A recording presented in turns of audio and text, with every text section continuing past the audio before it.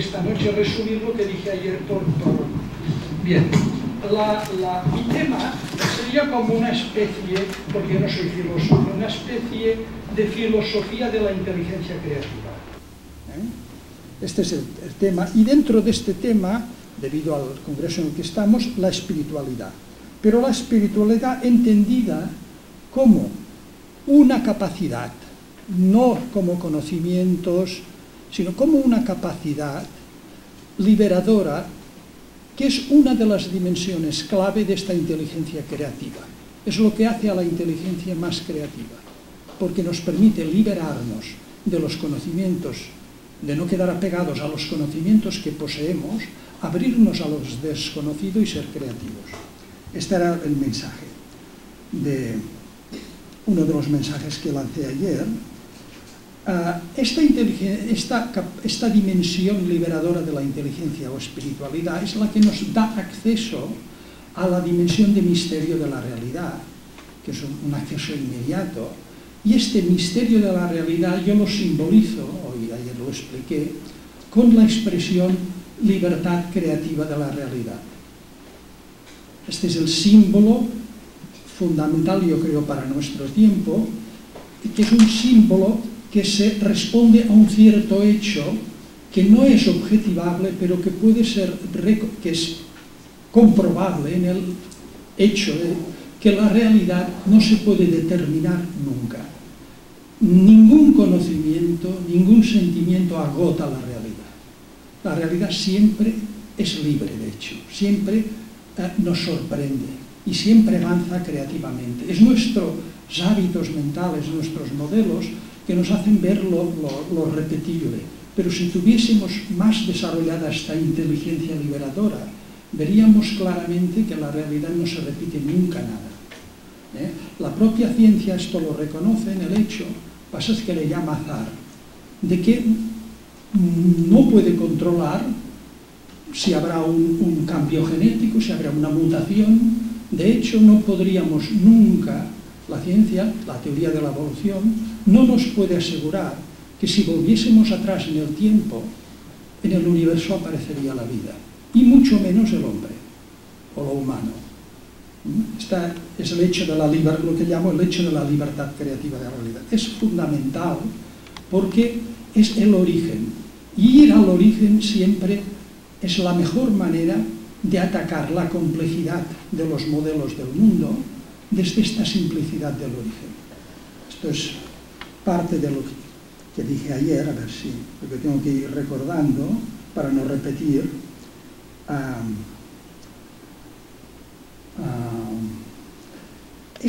De hecho, esta inteligencia creativa, que es el tema de mi filosofía en general, es el agente de la libertad creativa.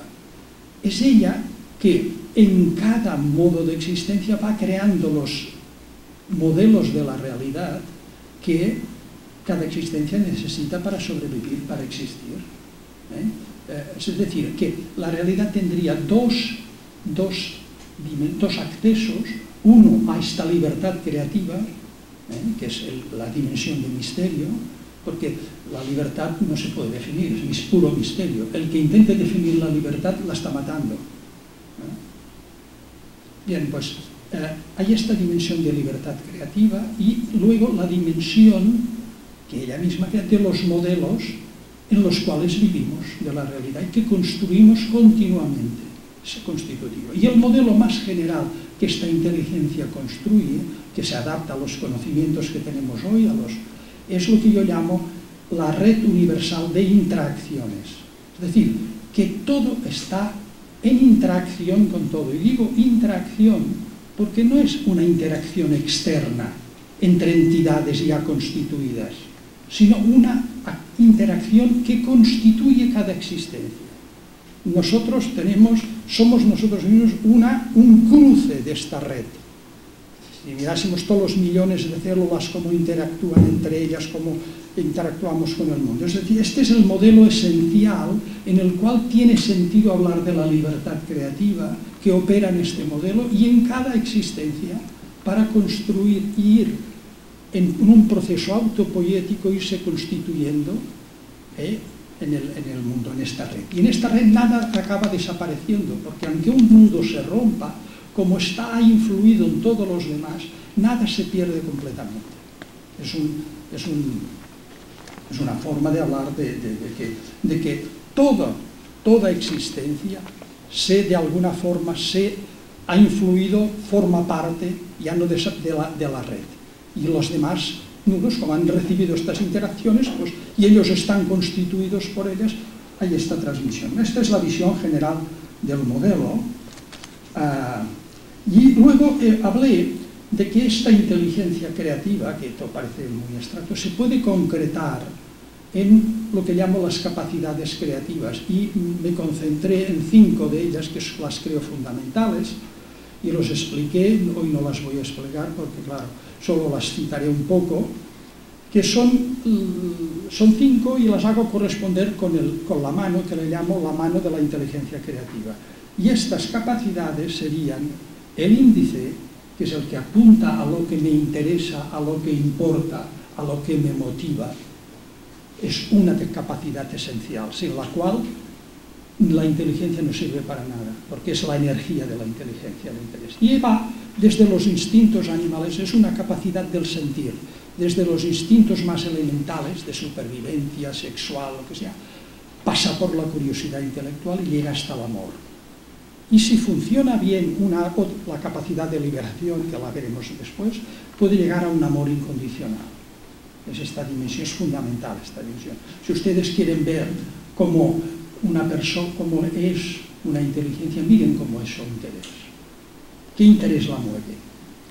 Y de tal manera que podríamos dividir el mundo del pasado preindustrial, del mundo actual en cual todavía estamos en transición, por sencillamente cómo ha variado el interés. En el mundo preindustrial el interés apuntaba al pasado, a repetir lo que había en el pasado. En el mundo a partir del Renacimiento europeo, todas las sociedades han evolucionado distinto, ¿no? Pero estoy citando el mundo europeo porque fue el primero que hizo este paso. En el mundo a partir del Renacimiento, el interés apunta al futuro. Y esto cambia totalmente la historia. La está cambiando, la ha hecho evolucionar terriblemente. Segundo dedo es el dedo que se le da normalmente la mayor importancia, es el dedo del medio, el que lo relaciona todo, el más largo, el que nos distingue más. Yo le llamo la comunicación semiótica, o el habla. Le llamo semiótica para poner en relieve que es una comunicación con signos arbitrarios. Las palabras son sonidos articulados arbitrarios que transportan el significado. Esto nos da una gran libertad y creatividad porque nos distingue de los animales que están sometidos a acción-reacción. Ellos están sometidos y nosotros rompemos esta esclavitud de estar reaccionando a los estímulos, metiendo en medio la palabra con su significado. Y no tenemos por qué reaccionar, podemos distanciarnos, adquirimos la gran imaginación de crear nuevos significados. Y el habla, de hecho, es la que ha formado nuestro pensamiento. No es que el habla exprese el pensamiento, es que el habla, la capacidad de hablar, ha creado nuestro pensamiento. ¿Sí? Es muy distinto. Del habla, podríamos, esta mañana se ha hablado mucho del diálogo, es fundamental. Fíjense que el modelo de realidad, de interacción que les he dicho, es un modelo comunicativo de la realidad. Todo comunica con todo. Por tanto, todo aquello que influencie la comunicación, y ahora estamos en un momento histórico que las tecnologías están influyendo en la comunicación, puede cambiar la vida de la humanidad, porque está tocando un punto esencial de su inteligencia creativa. El siguiente dedo es el del anillo, que es el dedo de la cooperación, que yo le llamo simbiosis porque es el dedo de la vida en común. Es el dedo que nos lleva, gracias también a la potenciación, a la comunicación, que nos ha llevado a crear comunidades enormes como las naciones. El otro día se cantaba en una celebración el himno nacional del Brasil, que me gustó mucho, por cierto, y canté haciendo la, porque la música es muy bonita. Pues esto no es imposible sin el habla, que la simbiosis, los animales tienen simbiosis muy limitada, pequeños grupos. Nosotros hemos logrado, gracias al habla, al habla una simbiosis enorme. Esta simbiosis tiene muchas posibilidades, desde ser jerárquica, que ahora no nos conviene para nada, a tener una simbiosis a nivel plano, interactivo, a nivel horizontal. Este dedo, el meñique, es el dedo que ha tardado más en desarrollarse, aunque siempre ha existido, como todas estas capacidades son todas ellas innatas e intradependientes entre sí. Este es el que ha tardado más en desarrollarse sistemáticamente, es la capacidad de investigación, que es la capacidad de que delante de un conocimiento, aunque me lo den hecho, la mejor manera de conocer es preguntarse cómo se ha llegado a él, hacerse preguntas. Y el que logra saber cómo se ha llegado a él de alguna manera, no tiene por qué, conoce mejor. Y si logra saber cómo se ha llegado a él, muy fácilmente verá las limitaciones de este conocimiento que le llevarán a hacerse nuevas preguntas y a adquirir o crear nuevos conocimientos. Y este es un ciclo continuo, que es el ciclo en el que se forma la misma inteligencia, esta actitud investigadora. Y el último dedo es el más importante de la mano, que nosotros hacemos así, que a los romanos los hacían, la capacidad de liberación. Esta capacidad es la que potencia los demás dedos y que hace que el interés pueda llegar hasta el amor, que la comunicación y el diálogo puede ser realmente sincero, implicado, todas las cualidades, las máximas cualidades que puede llegar la comunicación humana, este diálogo, hace de la cooperación que pueda llegar al servicio mutuo, en lugar de ser una simple colaboración, hace que la investigación sea al máximo creativa. Veremos que este dedo es el principal dedo en la dimensión espiritual de la inteligencia, esta capacidad de liberación, que es una capacidad que nos permite distanciarnos de nuestro propio conocimiento y no quedar apegados a él y, por tanto, realmente ser creativos, en particular de los modelos que nosotros necesitamos construir de la realidad y en los que vivimos. Podemos distanciarnos y no quedar apegados ni identificados con nuestros modelos, es decir, nos abre a la dimensión del misterio de la libertad creativa de la realidad, esta capacidad liberadora. Y es la base, ya digo, de la creatividad, muy necesaria en el mundo que nos viene. Entonces, esta inteligencia creativa también expliqué, y ahí me quedé, que tiene tres áreas o tres dimensiones de actuación. La inteligencia es es la gran cualidad de la inteligencia. La unidad no está en el conocimiento. El conocimiento forzosamente es plural, incluso en competición entre sí, incluso contradictorio, incluso inconciliable puede ser. Pero la inteligencia no. La inteligencia que lo crea es una. No tiene contenidos, es pura capacidad. Y es ahí donde debemos encontrarnos, donde se puede producir. Cultivar la inteligencia es la mejor manera de cultivar el diálogo intercultural y interreligioso, porque ella es la unidad.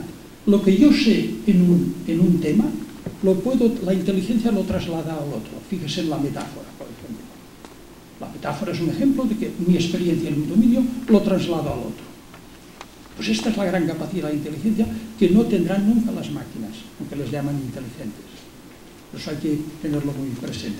Pues bien, esta inteligencia tiene tres dimensiones muy importantes que hay que entenderlas bien y que hay que ver que no son incompatibles, al contrario, deberían colaborar, aunque no lo han hecho. Precisamente no se lo he dicho, pero uno de los grandes problemas, se podrían analizar la mayoría de crisis de la humanidad analizando cómo esta mano creativa, cómo la inteligencia con sus distintas capacidades funciona armónicamente, colaborando entre sí o no. Por ejemplo, si el interés, en lugar de apuntar hacia la realidad, apunta hacia mí mismo y me mueve al egoísmo, todas las demás degeneran. La comunicación ya no es sincera, la cooperación es súper interesada y por tanto competitiva, etc. La investigación es muy poco creativa, o sea, multitud de problemas. Lo mismo pasaría con estas tres dimensiones de la inteligencia que veremos ahora, que cada una de ellas prioriza unas capacidades más que otras, aunque las contiene todas. La primera inteligencia, la primera dimensión es la dimensión funcional, la que se preocupa de cómo funciona la realidad. Por tanto, intenta dejar aparte de alguna manera en aras de saber mejor el funcionamiento, todo lo que sean sentimientos, todo lo que sean valores, todo lo que pertenece al sentir lo intenta dejar aparte porque la ataría en su proceso imaginativo. Entonces crea un metalenguaje, estilo matemático, de magnitudes y conceptos, que es su terreno propio, que es el terreno de la información. En este terreno, evidentemente, en el terreno de las creaciones de esta inteligencia, allí no hay libertad, porque allí hay leyes, es un terreno de un modelo, un tipo de modelo funcional de la realidad. A ver qué más decía de esta inteligencia, porque creo que me paré en ella, y tengo que pasar al otro fichero.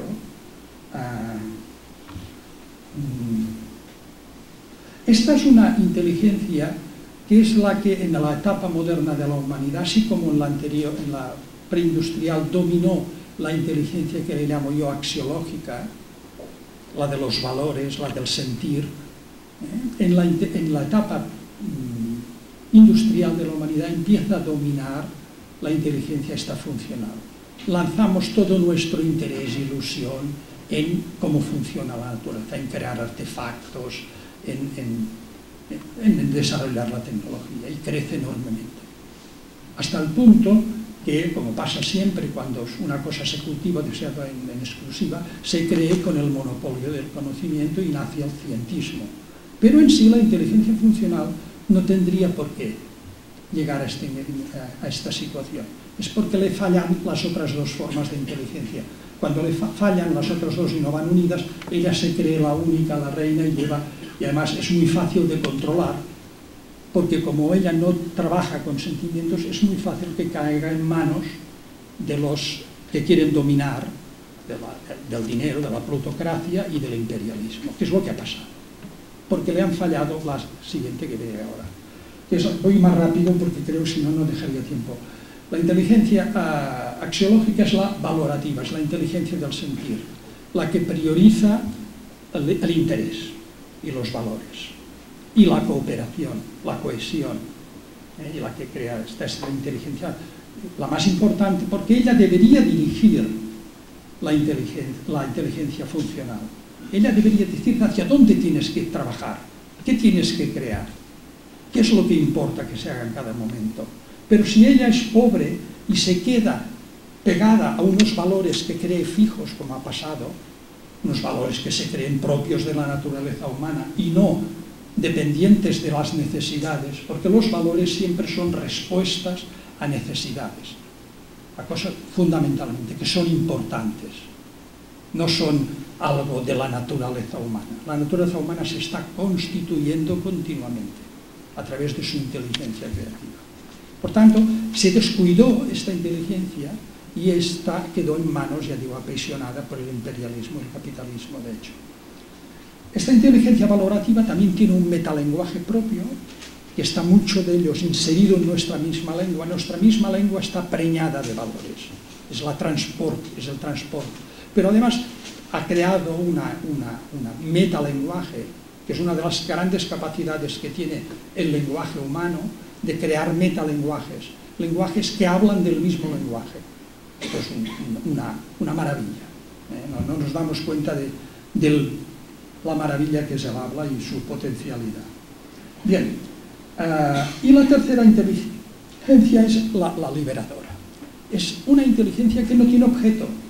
Ella es la que nos pone en contacto directo con el misterio y actúa en las demás, cuando actúa bien, liberándolas de los modelos, ya sea funcionales, ya valorativos de la realidad. Y al liberarla del apego, de la identificación con estos modelos, en particular el primer modelo que construimos, que es el ego, que es la visión de nosotros mismos, al que quedamos fácilmente atrapados y se convierte en un tirano.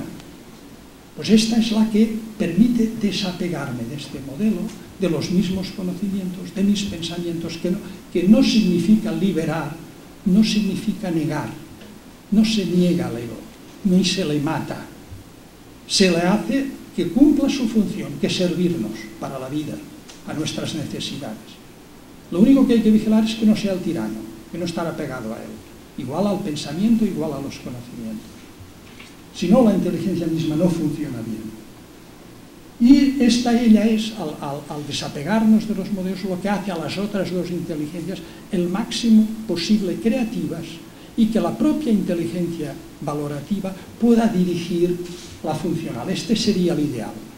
El ideal de las sociedades que deberíamos construir, que yo les llamo democracias creativas, luego lo veremos, si tengo tiempo, es la armonía de estas tres formas de inteligencia, que las hemos descuidado mucho.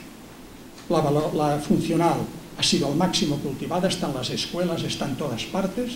La axiológica un poco en la ética, pero es una ética de valores individuales y muy apegada al pasado, unos valores liberales individuales insuficientes para dirigir la otra inteligencia, y la inteligencia liberadora que casi no se ha cultivado nunca. Incluso las mismas religiones han pecado siempre de corto, porque nunca les ha influido demasiado el mismo misticismo o espiritualidad en ellas. Incluso muchos místicos y espiritualidades han tenido que con cuidado con las propias instituciones religiosas porque eran un peligro. Porque el que es realmente espiritual y místico es libre. Y el sistema antiguo no tenía en la libertad su principal objetivo, sino más bien la obediencia, la sumisión. Entonces era un peligro. Era una forma de vivir. No quiero decir que fuese malo ni nada, pero ahora necesitamos otra forma de vivir debido a que se nos ha desarrollado esta inteligencia funcional tan grandemente, con un poder inmenso que tenemos que conducir. Por tanto, se necesita una inteligencia axiológica muy creativa y, por tanto, cultivar mucho la liberadora, que no se cultiva, ya digo, en las escuelas no está casi presente el cultivar la espiritualidad, o muy poco, por lo menos en mi entorno. Bien, y ahora debería, no sé si, ¿cómo voy de tiempo? No sé el tiempo que tengo. Ahora, todo esto no lo he dicho, estamos hablando del centenario de Panikkar. Todo esto yo le he dado mi forma, pero lo he heredado de Panikkar. Muchas de estas ideas ustedes las encontrarán en ideas de Panikkar. Pase que Panikkar, ya lo veremos ahora inmediatamente. ¿Cuánto dices que me queda? Tenemos hasta las 4. Hasta las 4, entonces ¿Cuánto llevo? Media hora. Bueno. Bien, pues ahora voy a hablar de un poco, si acaso. Bueno, yo tengo media hora más como máximo, la otra hora es para ti.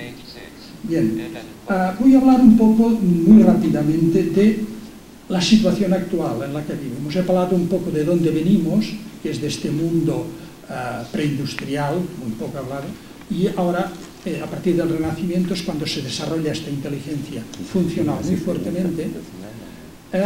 Entramos en una etapa que es equivalente a la transición que se hizo de la caza a la agricultura, un cambio civilizatorio fundamental, y esto provocado por el impacto que ha tenido en la sociedad, que ha cambiado todas las formas de pensar y sentir y actuar de la humanidad, el impacto tecnológico, y que lo cambia cada vez más, y que en expectativas de futuro cada vez más no puedo entrar. Pero yo he vivido en la inteligencia artificial y les puedo asegurar que las expectativas de impacto son impresionantes y que hay que ir cuidado para dirigirlas, para que no acaben con nosotros. Pues bien, esta mutación cultural es este paso del mundo preindustrial al industrial y al que yo llamo el mundo del creativo, donde de cultivar la tierra, finalmente donde deberíamos llegar es a cultivar nuestra inteligencia creativa. Perdón, Sí. es simplemente una, para continuar, si podías aclararnos, ¿tú identificas espiritualidad con experiencia espiritual, con experiencia mística? Yo, bueno... Me da la impresión. Bueno, quizá mezclo demasiado. A mí lo que porque me interesa, no es lo mismo. No, bueno, de acuerdo. A mí lo que me interesa es ver que tenemos una dimensión, una capacidad fundamental, liberadora, que yo creo que está en la esencia de místicos y espirituales. Es su base. A mí, si una persona me dice que es espiritual o que es un místico y veo que está pegado a sus pensamientos, a sus conocimientos, que está pegado a su ego de alguna forma, aunque él diga que no, este de espiritual no tiene nada. Por tanto, yo me fijo en esta esencia de los dos. en la capacidad liberadora. Como capacidad, no es conocimiento. Es la que nos libera del conocimiento para poder crear más. Una persona que es narcisa no es espiritual. Hombre, el dedo está apuntando hacia él, o va a ser, está súper apegada a su propia imagen.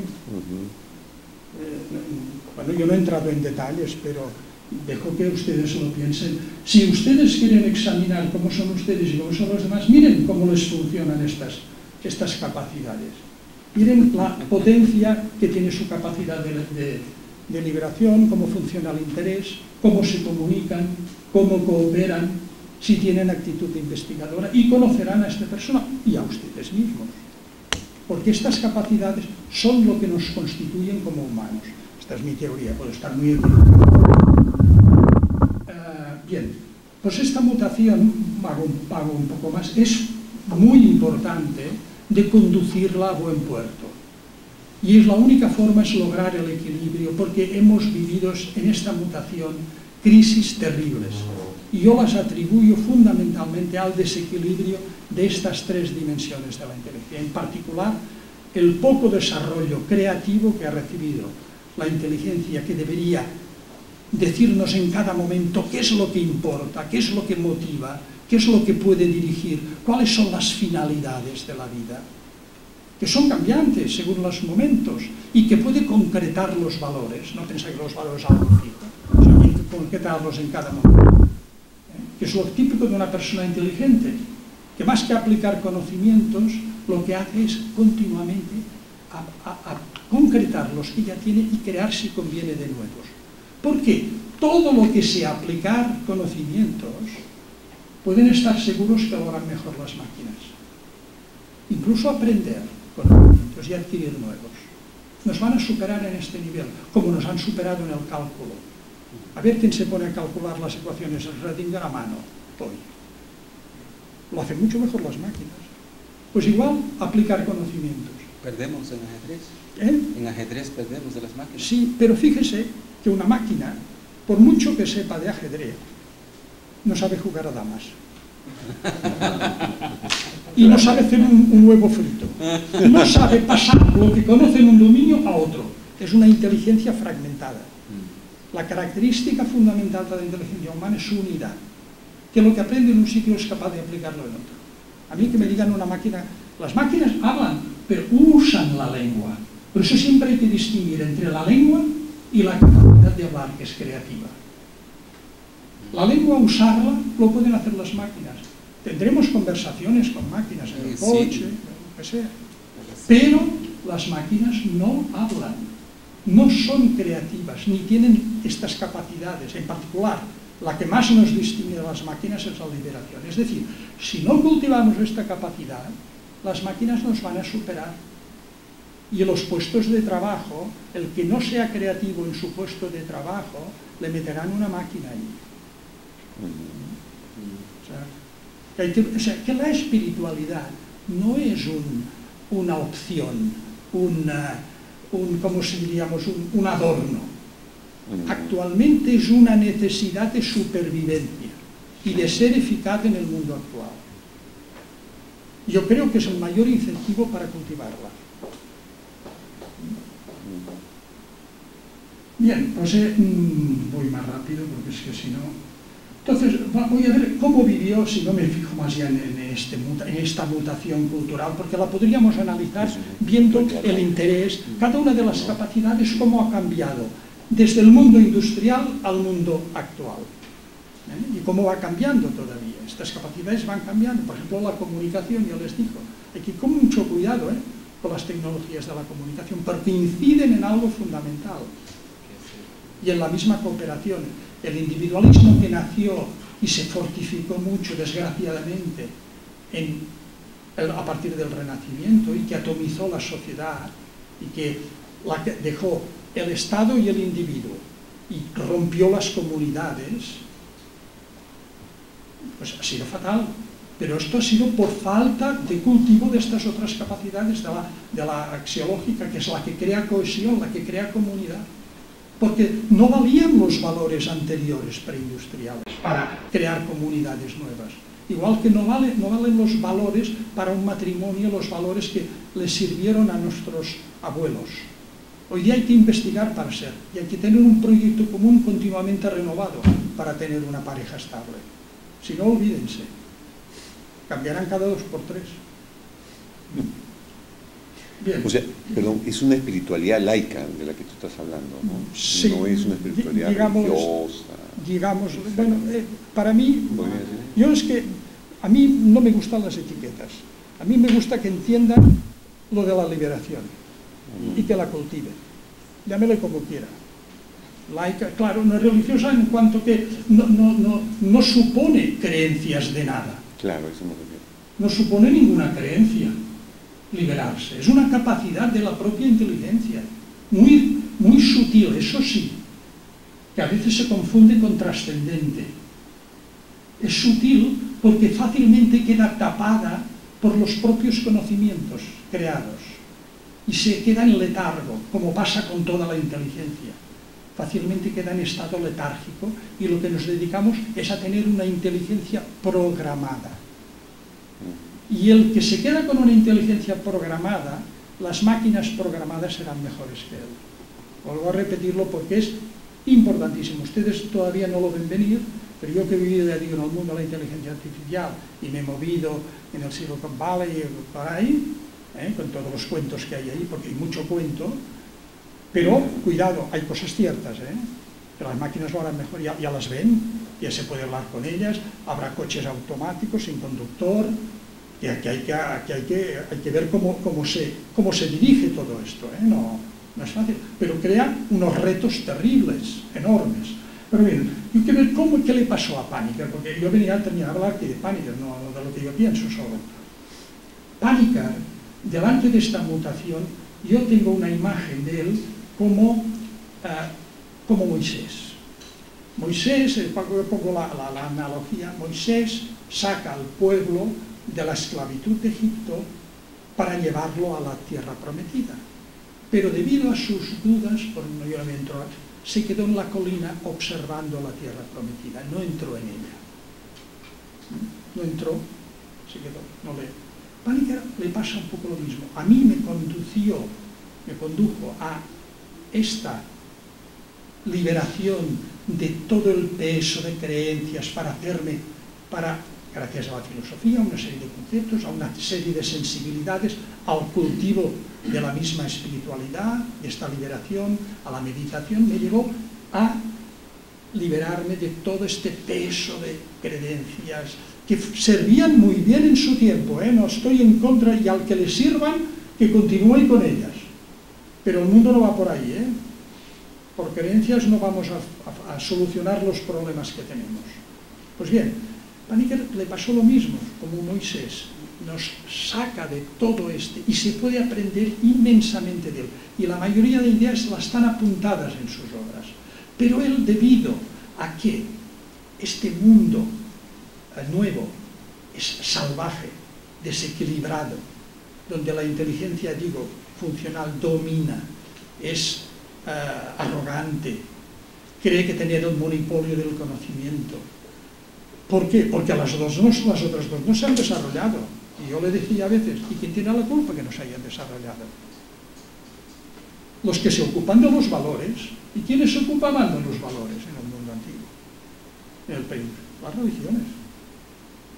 No supieron, más bien entraron en una cierta lucha, al principio sobre todo, pero duró bastante, porque el mundo, no entro en estos detalles. Pero quiero decir que a Panikkar le pasó esto, que debido a estas dudas, además, él veía la gran sabiduría que se podía perder en este paso, y es cierto, pero no hay por qué perderla. Y no veía en las tecnologías, le veía más bien el aspecto, la gracia que tenían detrás, que es la plutocracia. Y él hablaba de tecnocracia, pero la gracia no es la tecnología.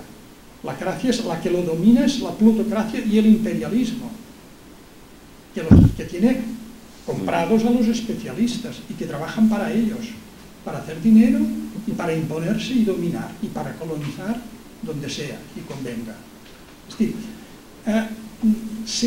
no entendió que la inteligencia funcional, tecnológica, también es una inteligencia espiritual, porque la inteligencia es una, también participa de esta capacidad de liberación, sin la cual no sería creativa. Si se viese por aquí, se vería en la unidad de la inteligencia cómo pueden llegar a la armonía entre todas ellas y colaborar, porque las teorías científicas también son bellas, también tienen propiedades de valores, y sobre todo el que las cultiva. Y poder convencer a un científico que se cultivase con más conciencia, en lugar de hacerlo solo en su campo estricto científico, fuese capaz de cultivarlo porque tiene valor por sí, porque da gusto, porque es autogratificante el cultivar esta capacidad, pues podrían desapegarse del control que tienen por la plutocracia. Es decir, si hubiese visto que es posible esta armonía, hubiésemos ir hacia este mundo que yo le llamo la democracia creativa. ¿Por qué? Y quizá termino y así dejo la palabra, porque yo podría hablar horas de esto. Le llamo democracia creativa porque es la creatividad, estas capacidades son innatas, las tenemos todos al nacer, pero al no cultivarlas suficientemente quedan ahogadas por los propios conocimientos adquiridos y no se desarrollan, y se entran estas inteligencias programadas que tenemos. Entonces, siendo una capacidad innata, es de todo el mundo y se puede aplicar en todas las actividades, y debería aplicarse en todas las actividades. Desde poner una mesa con un toque cada día distinto, como me parezca creativo, al trato con un amigo, en todas las actividades se puede ejercer. Y se verá que se ejerce cuando se nota lo autogratificante que es en sí misma. No necesita recompensa la creatividad. Por eso los artistas son capaces de soportar las mayores calamidades, porque tienen la inmensa compensación. La creatividad tampoco es controlable. En el lenguaje religioso diría es una gracia, porque el científico no sabe, ni el artista no sabe cuándo le salta la inspiración para la creación. Y eso le hace que sea muy resistente, resiliente a los fracasos. Y en esta, pues, si la creatividad es propiedad de todos los humanos, si todos pudiésemos cultivarla mayoritariamente y en equipo, que es donde se cultiva mejor y donde es más necesario cultivarla por la complejidad del mismo mundo, que los problemas no los puede solucionar ninguna élite. Una sociedad con una mayoría cultivando la creatividad en estas 5 dimensiones es lo que yo le llamo una democracia creativa, porque el verdadero poder humano está en su creatividad. Es la creatividad del pueblo, es el poder del pueblo. Y luego podría extenderme más en aspectos políticos de cómo debe organizarse una democracia creativa, pero lo dejo aquí. Creo haberles dado una idea. Ya digo, y Raimon Panikkar a mí me lanzó a todo esto. Yo no hubiese llegado a ninguna parte. También María Corby. María Corby, yo lo digo en mi escrito y ayer lo repetí varias veces, han sido mis 2 maestros que me han lanzado a investigar, que es lo que se debe hacer. Todo maestro no debes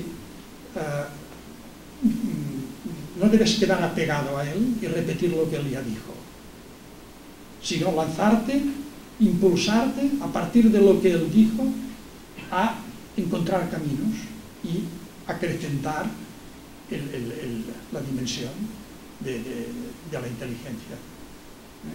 Ya yo lo dejo así. ¿Preguntas? Tengo una pregunta, sí. Sí. O sea, yo veo que o sea, lo contrario a la armonía es una polarización de una de las inteligencias o de las dimensiones de la inteligencia. Sí. Entonces, si una polarización significa un suicidio o el fracaso de la humanidad, ¿no? El fracaso Bueno, no, crisis, fundamentalmente, porque siempre actúan. Fíjese que la inteligencia... Eso que iba a decir, o sea, que debe existir un mecanismo donde esa crisis Sí. sea superada, ¿no? Sí, se arreglan, pero el problema es que si no entras en conciencia de cultivarlas armónicamente, vas de crisis en crisis, las vas superando. Más crisis. Hasta la siguiente, porque no te has dado cuenta de dónde está el origen profundo de la crisis. Solucionas los síntomas, arreglas, llegas, porque siempre actúan. Fíjense que la inteligencia, la capacidad liberadora, aunque sea inconsciente, siempre actúa. Y cuando no actúa conscientemente, ¿sabe cuál es su resultado fundamental? Hacernos insaciables. Somos los únicos animales insaciables. ¿Por qué? Porque tenemos esa capacidad liberadora espiritual. Cuando es cultivada, cuando no es cultivada, cuando está suelta por ahí, plan salvaje. Gracias. ¿Alguna pregunta? Si tenemos 10 minutos para preguntar o hacer consideraciones.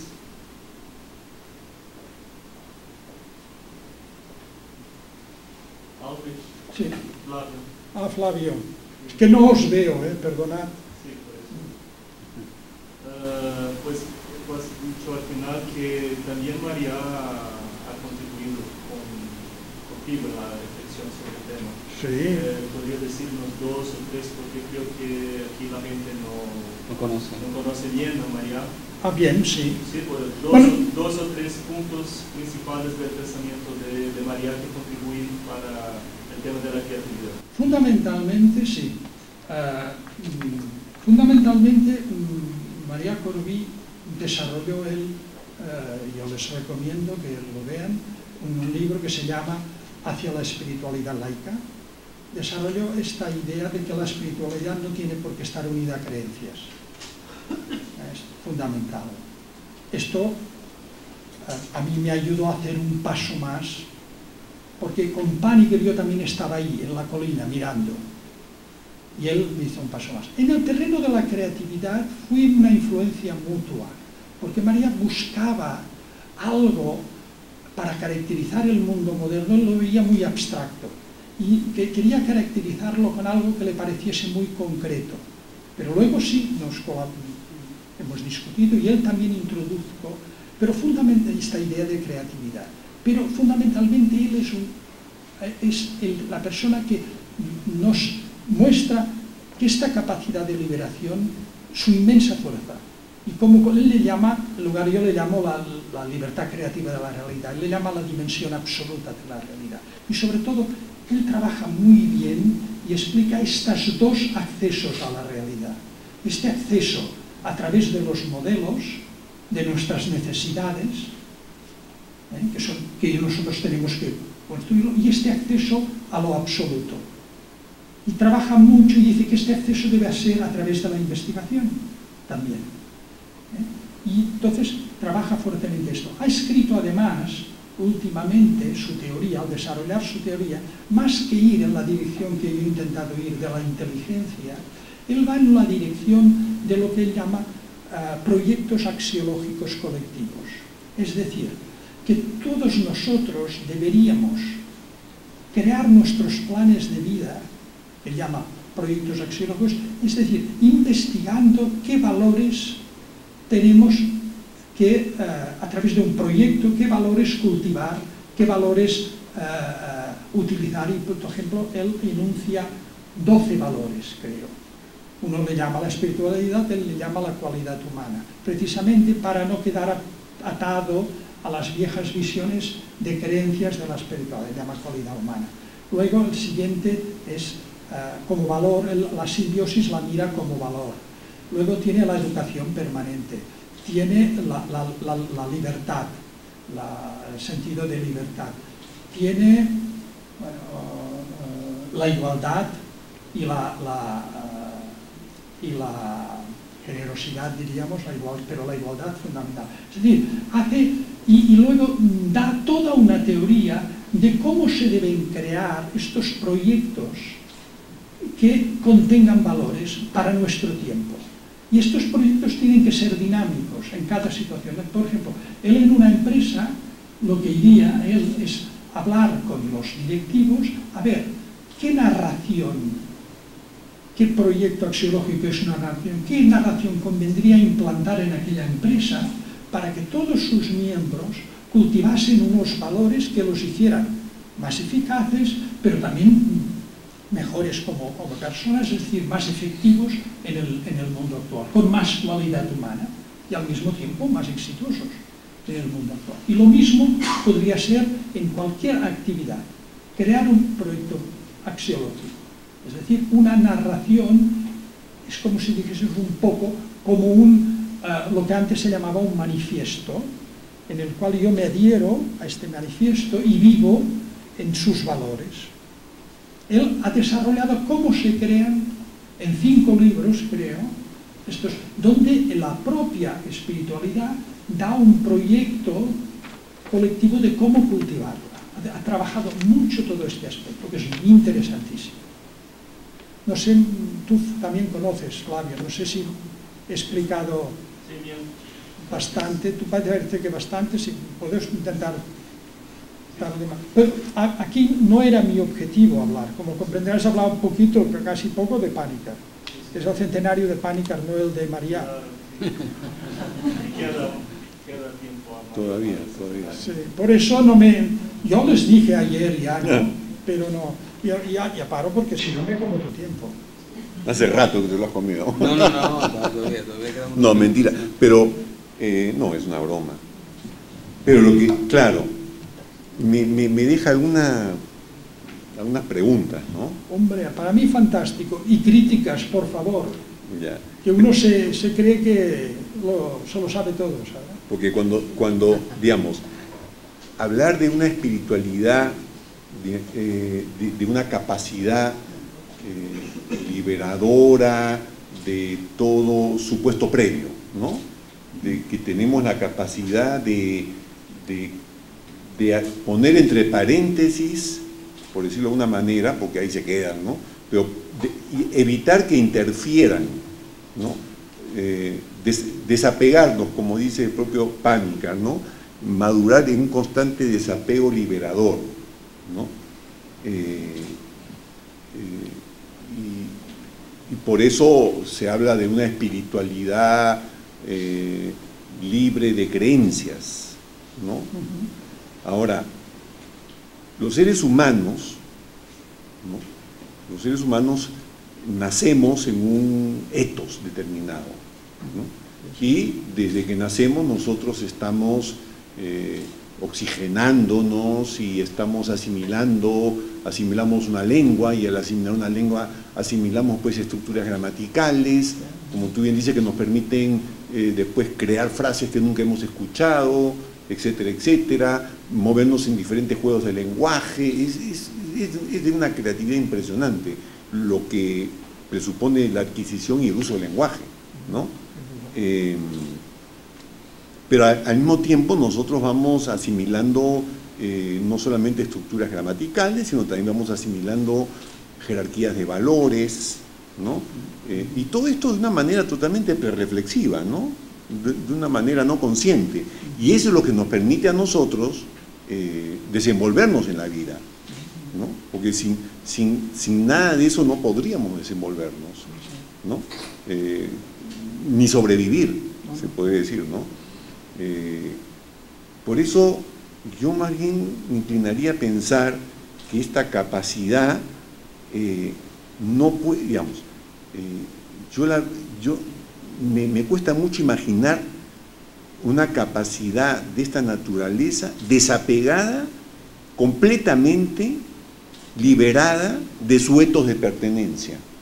Es decir, yo podré, digamos, esa es una primera pregunta, una primera duda que me queda, ¿no? Ahora,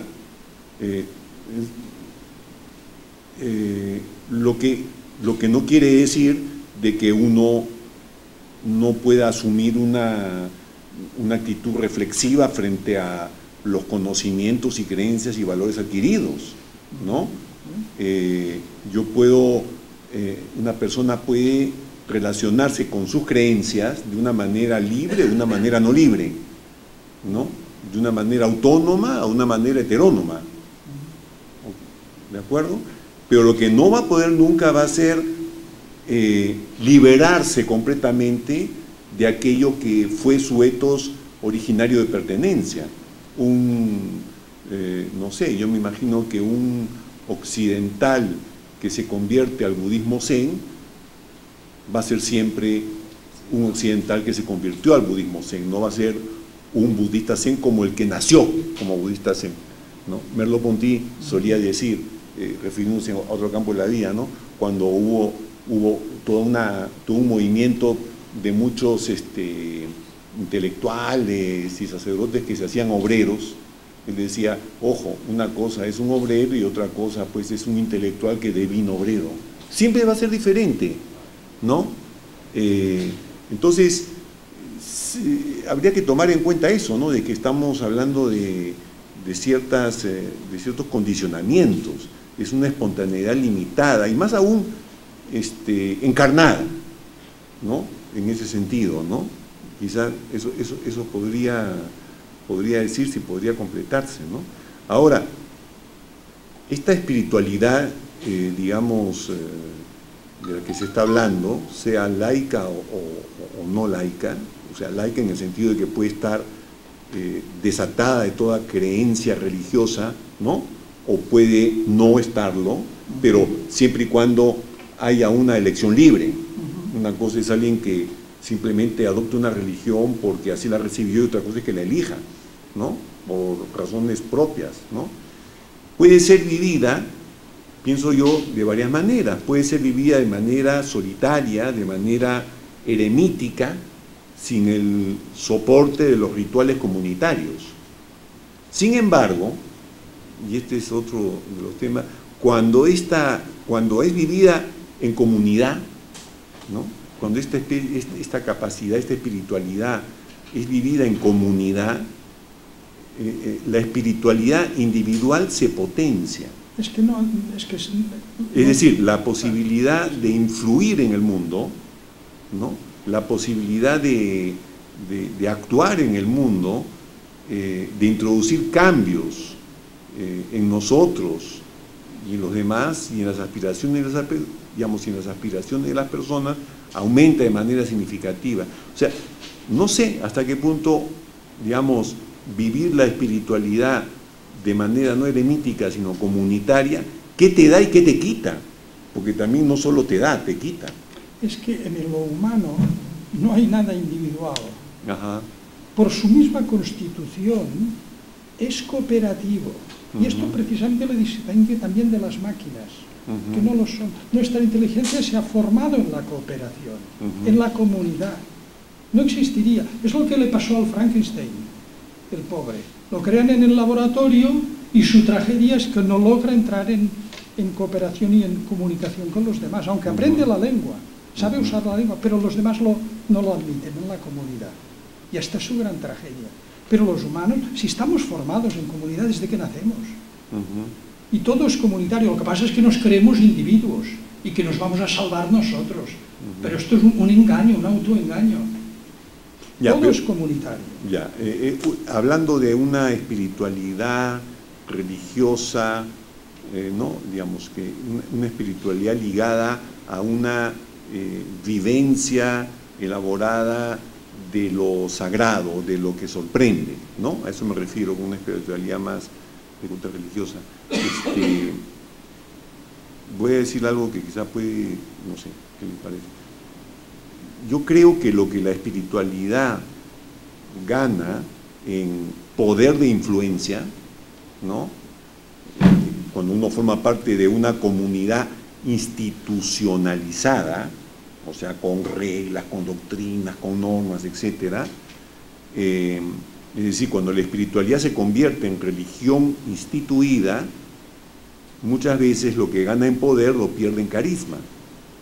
Y socialmente es fácil de perder el carisma, es fácil de perderlo, pero es muy difícil de recuperarlo.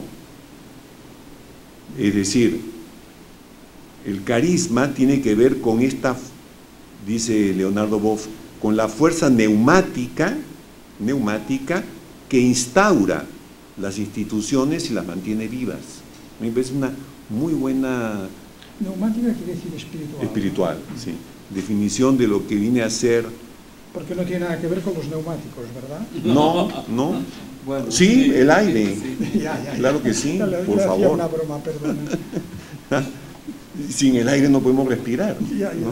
¿No? Sí, El último suspiro. sí. Ahí se te va la vida. Yo creo que es donde Hay algo de eso, ¿ah? Claro. ¿No? Sí. Ahora, esta fuerza neumática de la que habla Leonardo Boff, que instaura las instituciones y las mantiene vivas,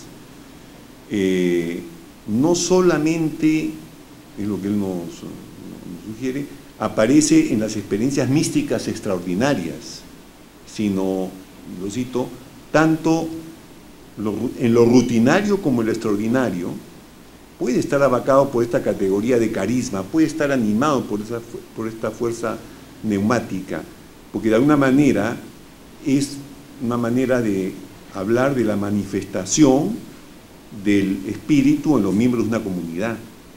El carisma, sin embargo, no es prisionero de una institucionalización, dice él. Claro, esto le costó decir estas cosas en ese famoso libro Carisma y Poder, le costó una censura bien fuerte, ¿no? Es aquella energía vivificante que no se deja atrapar, que se desliza más allá de lo establecido, en este sentido libre, ¿no? Hay una libertad íncita a la espiritualidad de la que estaba hablando justamente Jaume, ¿no? Y yo tengo, y con esto termino. Sí, con sí. esto termino. No, era un pequeño inciso, de nada. No, sí, Dime, pero... dime. Sí, perdón. No, sí. Bueno, era en relación, como Flavio me ha pedido, que precisamente a mí lo que me enseñó Corbin es que en el valor de la espiritualidad para afrontar el mundo moderno, la vida cotidiana, lo que les decía antes, para ser efectivo delante del mundo. Es donde yo he dirigido también mi pensamiento, mi reflexión. ¿Entiende qué decir? Sí, sí, sí. Es una espiritualidad de a pie, de suelo, ¿sabe? Para vivir, para trabajar bien, para que las máquinas no me echen. Nada más. Al interior de las instituciones, ¿no? Sean, y en particular en las instituciones religiosas, digo esto para que después ustedes opinen, ¿no? Porque en un seminario la idea es esa, ¿no? Lanzar ideas un poco así fuertes para ver las reacciones y tener una conversa, ¿no? Al interior de las instituciones religiosas se instala siempre una tensión entre lo instituyente y lo instituido, entre carisma, poder, entre fuerza neumática y instauración, ¿no? Entre, dicho en otras palabras, entre lo esencial y lo instrumental. En teoría, lo esencial es el centro, el mensaje, y lo instrumental es el aparato institucional, con todo lo que eso implica. Es así como debería ser. Pero en la práctica, y no con poca frecuencia, lo instrumental en las instituciones religiosas eclipsa o reemplaza lo esencial. Entonces mi pregunta es, ¿por qué está sucediendo eso? ¿O por qué sucede? Esa es la pregunta que yo dejo acá planteada al auditorio. Porque así se genera una pérdida de sentido, una desesencialización de la convivencia institucionalizada, una distorsión que alimenta la huida o la partida del carisma, porque el carisma, el espíritu no se deja atrapar.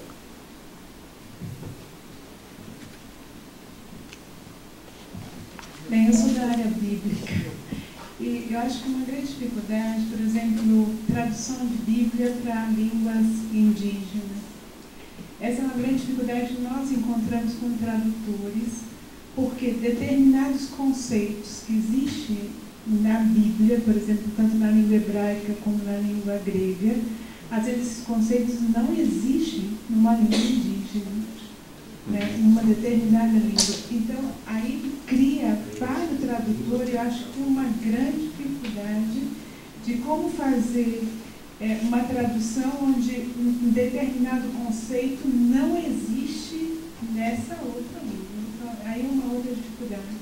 Agora, um elemento que eu acho que ela coloca, que pode existir também, por exemplo, na cultura hebraica, existem determinadas palavras que têm uma certa força mágica, ou seja, uma força espiritual, de tal forma que se você não dizer aquela palavra, ela vai perder nesse caráter espiritual mesmo da palavra. Eu acho que o fenômeno também acontece conosco em algum... Por exemplo, por que determinadas palavras no rito, até da celebração latina, continuou com palavras hebraicas? Por exemplo, aleluia, amém. Por que essas palavras não são traduzidas? Continuaram com uma carga, nós falamos e damos um significado para ela em português, mas elas continuam na palavra hebraica, por exemplo, aleluia. Então, eu acho que uma dificuldade linguística é essa, como traduzir determinados conceitos de uma determinada língua, onde a outra língua não tem esses conceitos. Mas un inciso para decir como esa palabra, o sea, cuando no tem conceito, significa que não tem experiência. Mas como você vai traduzir, por exemplo, quem trabalha com Bíblia, e você vai ter que traduzir uma Bíblia para uma língua indígena, para cristãos de uma língua indígena, ou uma outra língua. E aí cria uma dificuldade muito grande na quem faz a tradução. Porque como você vai expressar algo que naquela língua não tem essa experiência? No tem experiencia, no existe. Eso es difícil. No, pero es que yo no sé, yo no me atrevería a decir no tiene la experiencia, sino posiblemente, primero que toda traducción es una interpretación, ya, todo eso lo sabemos, y que presupone, es muy difícil, porque presupone que uno ha logrado de alguna manera moverse, no solo en la lengua, sino en la cultura A, y moverse en la lengua y la cultura B, y poder generar puentes, porque solo si yo logro moverme en ambas culturas, es decir, si logro, para mí la gran prueba es en qué lengua sueñas. Si algún día sueñas en esa otra lengua, ya puedes decir de una manera que la has integrado, y que la has integrado más allá de sí como lengua, ¿ok? ¿No? Entonces, es muy difícil. Hay que de alguna manera, yo diría, convivir. La convivencia, el famoso diálogo dialogal del que habla Pánica, es la convivencia. No es un diálogo discursivo. No solamente ir a conversar, no solamente ir a hacer entrevistas, no es ir a hacer encuestas para ver qué piensa la gente acerca de. Es la convivencia reflexionada lo que me va a permitir a mí después ser puente y lograr no encontrar qué concepto corresponde a este concepto, sino buscar analogías, en primer lugar. En segundo lugar, el poder de las metáforas. Y en tercer lugar, yo sí que quería señalar algo importante que ha dicho es cómo lo que sucede, lo que usted ha señalado sucede también en la traducción de la poesía. Cuando se traduce una poesía es imposible. O sea, al final, yo ayer leí un pedazo de una poesía de Rabindranath Tagore y yo diría, ¿qué diría Rabindranath Tagore si me escuchara? Porque realmente el sonido, ¿no? Es muy importante también, es muy importante lo que dice el sonido, no solamente el contenido, ¿no? Y es cierto lo que usted dice, de que ahí hay siempre una traducción, siempre hay algo que se pierde, y siempre hay algo opaco del otro lado que no se logra atrapar. Yo estoy muy de acuerdo, cada lengua es una creación y es diversa, y por tanto incluso a veces La fornica. con incompatibilidades. Yo les puedo explicar una anécdota que me pasaba, como aprendí el inglés tarde, no lo aprendí de forma, diríamos, viva, y de hecho cada lengua tiene una forma de pensar y de ver las cosas y de decirlas. Entonces a mí me decían en mis artículos científicos, y imagínense, ya los científicos lo notaban que son muy abstractos, me decían, mis amigos, yo les decía, pero corrígeme, dice, no, si ya te entendemos, pero en un inglés nunca lo diría así. Bueno, estamos ya, o tempo esgotou, então agradecer muito pelo seminário de vocês, pelas suas falas e a participação de todos. Tem aqui um presente dos organizadores do simpósio para Fidel, e um certificado de um livro, entregou solenemente, e para Jaume também. Wow. Muchas gracias. Obrigado. Obrigado.